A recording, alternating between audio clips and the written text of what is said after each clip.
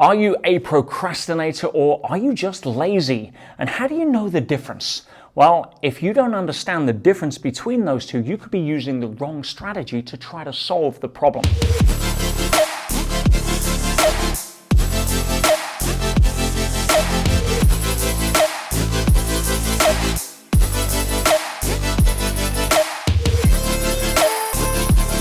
My name is Peter Sage, international expert on human behavior, and on this short video, I'm going to share with you some amazing insights that are very rarely taught so that you can understand the difference between being lazy and procrastinating and how to solve both of them. Let's start with lazy, because lazy is a biology problem. What do I mean by that? Well, we have an inner world and an outer world. Most people are familiar with that, a physical and non-physical part of ourselves. The physical being the body, the non-physical being the personality, the sense of self, your hopes, dreams, goals, values. But laziness is linked to biology. And the reason is that your body has two primary factors that evolutionarily are driving you. The first is the fact that our sense of calories, or the value we place on calories, is very high. Because if we go back in our ancestry, calories were a scarce commodity. Yeah, our ancestors didn't know where our next meal was coming from. Contrast that with today, where the main problem for many people is too much calories, too many. So if your body prioritizes energy conservation, you are naturally going to be drawn to the path of least resistance when it comes to putting out energy. The other aspect is the fact that your nervous system is hardwired for comfort. Meaning that if you're standing too close to a fire, it's going to get you to move away. If you are walking over sharp stones, it's going to give you feedback. Yes, we are wired to be comfort-centric from a nervous system and from a path of least resistance when it comes to calorie conservation. And so if we are identified too much with our body, then we are going to be inherently lazy when it comes to trying to do stuff. And people obviously call that a lack of motivation problem. It's not motivation, you're fighting biology. Now, procrastination is not a biology problem, it's a psychology problem. Because as human beings, the bigger part of us, the non-physical, actually has a primary fear. And that primary fear is the fear that we're not enough. Not good enough, not tall enough, short enough, rich enough, certain enough, whatever it may be. We all have a fear that we're not enough. And the problem is that in society today, that fear has been linked to failure. In other words, if I fail at something, it triggers the fear that I'm not good enough. And we would do almost anything to avoid that. So when it comes to procrastination, it's not a motivation problem. We're doing stuff. That's why motivation doesn't cure procrastination. You've probably already tried that. It'll cure getting off the couch if you're bored watching Netflix, but it won't cure you putting stuff off. Now, how do you know if you're procrastinating? I'll give you 3 keys. Firstly, do you know what to do, but you're just not doing what you know? In other words, it's not a lack of skills, it's not a lack of know-how. You know exactly what you should be doing, you're just not doing it. That's one. Second, prioritization. How are you prioritizing? If you're prioritizing the easy things to do first before the things you really should be doing but are a little harder, that is a sign of procrastination. Now, why do we do that? Now, you've got 100 things on your to-do list and you end up getting 90 of them done and you think you're doing really well, but really the 10 that didn't get done were the 10 that really should have got done. But you're putting them off. Why? Because you're doing the easy things first. They're the things that will lead you further away from the fear of failure. The things that you know you can do, the easy things. So therefore, there's less risk of failure and less risk of you triggering the fear that you're not enough. Now, the third thing is really checking the shape of your butt. Yes, you heard me. Procrastinators have a very uniquely shaped butt. What do I mean by that?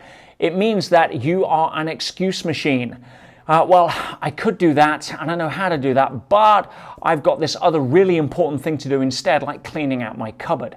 Well, I know I should do that, but right now I just have to take care of this other thing, whatever it may be. See, people that have conquered procrastination have a different shaped butt. They turn around and say things, well, I know that this will be difficult, and there may be a chance I won't complete it, or there may be a chance that I will fail, but I'm going to find a way, but I'm going to do it anyway. They have a different use of the word but. So if any of those three resonate to you, chances are you're procrastinating. Now, what procrastination is, it is a self-defense mechanism for you to avoid the fear of failure.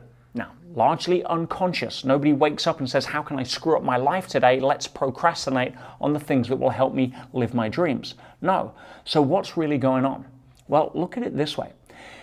If you know that you've got to do something, let's say, write that business plan or that marketing plan, or go and have the conversation that is uncomfortable, and you keep putting it off. You know what to do, you're just not doing what you know. What the unconscious part of us is saying is that if I do it and I fail, it'll trigger the fear that I'm not good enough. So what I'll do is I'll distract myself with something that I know I can achieve to really put distance between me and that possibility. Now, the obvious fact when you look at it is the fact that we are failing by not trying, but our minds won't tell us that. So in order to get over procrastination, we first have to become comfortable with understanding that failing at something doesn't mean I'm a failure. In fact, being a failure means not trying. Now, if that was the wiring, there'd be no procrastination, because we'd be more motivated to get out of our comfort zone, or more motivated to go and do something that could take us towards our goals by taking those risks than avoiding the risks in the first place. Now, contrast that with being lazy. Lazy is simply too identified with our body, and therefore we've got no reason to want to grow. We don't realize that life is not a comfort-centric experience, it is a growth-centric experience. And lazy people are people that have got comfortable inside of their comfort zone, and they've got no interest in growing because they're listening to their biology, not their soul. Then they don't realize they're wired for growth. Everything in nature grows and contributes, or it's taken out of the food chain. So being lazy, you solve that by getting more identified with your purpose, with meaning, with why you're here, with going to be able to get out there and look for a gift that you have to be able to give to the world, to get beyond your comfort zone. In fact, it's not really a comfort zone, guys. It's a familiarity zone.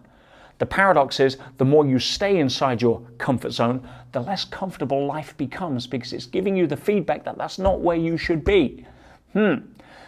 Whereas you go to procrastination, get comfortable with the fact that failure is part of the process. If I said the third business that you would start would be the one that would make you financially free, what are you going to do? Oh, I'm not going to start the first two in case I fail. No, it'd be how fast can I get through those two to get to number three? If I said that the soulmate, the relationship that becomes the most loving, incredible experience of your life will be the fifth person that you ask out, and the other four are going to say no, who do you think you are, punching above your weight? All right, what are you going to say? Oh, I'll never go through those 4 rejections. And I'm going to stay lonely for the rest of my life? No, you say, how fast can I get 4 no's so I can get to the yes that I want? That's the angle that we're looking at here. Now, all of that takes self-mastery, because once you've conquered that, the entire world opens up. If you want to have the health that you want, if you want to have the body, the relationship, the fulfillment, the joy, the career, all of that is going to include fear of failure, is it not? All of that is going to require you to be able to get up and have a purpose bigger than yourself, so you're not stuck on the couch with your thumb up your ass, being lazy, pretending that you're not here to serve a greater purpose. How do you do that? Self-mastery. Not trying to learn new skills. See, people that stay in school too long are really following the procrastination route. They're saying, I don't want to get out into the big wide world where there's more uncertainty. I'd rather stay within the certainty of a framework that can give me a certificate to give me more certainty when I get there. Never happens.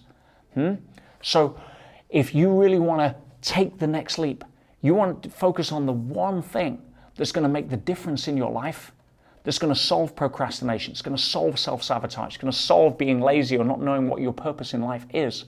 It is to master your sense of self, to be able to conquer your inner fears, your limitations. People like that show up in the world differently. They have a different energy, a different vibration, a different spark, and you can be one of those people.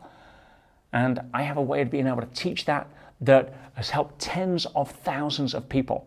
And click below, check out some of the resources. I'd love you to be able to take those next steps and really start focusing on what you should be, rather than scrolling aimlessly through social media, or anti-social media as it's become, because you're either afraid of being able to succeed through getting through failure, or you're too lazy because right now there's nothing else that you're identified with that's bigger than you as a purpose. Pick one, and let's do this thing together so you can live the life of your dreams. Click below for some more resources. I can't wait to share them with you.